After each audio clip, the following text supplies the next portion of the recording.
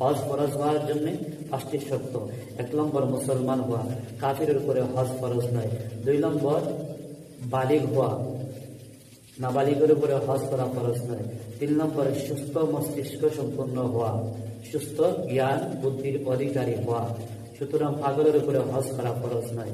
4 নম্বর হলো শারীরিক সুস্থতা থাকা, শরীরের মধ্যে বল শক্তি থাকা, হজ করার মতো বিভিন্ন জায়গায় যেতে হবে, আল্লাহ তাআলার হুকুম বিধান ফরজ ওয়াজিব গুলা আমল করতে হবে, এইরকম শরীরের মধ্যে শক্তি কুওয়াত থাকা, বল শক্তি থাকা। 5 নম্বর হলো নির্ধারিত মাল সম্পদ থাকা। এই যদি 5টা শর্ত পাওয়া যায় তাহলে ওই ব্যক্তির উপরে হজ করা ফরজ, ওই ব্যক্তির উপরে হজ করা ফরজ। লক্ষ্য রাখতে হবে যার উপরে নেশা পরিমাণ মাল আছে, যে বছর যার উপরে হজ করা ফরজ হয় সেই বছরে হজ আদায় করা ওয়াজিব।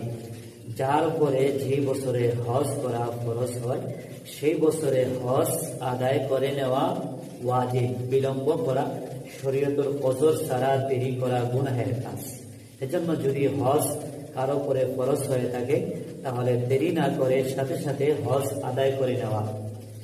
আর ওজর ছাড়া যদি কেউ দেরি করে তাহলে ওই ব্যক্তি গুনাহগার হবে।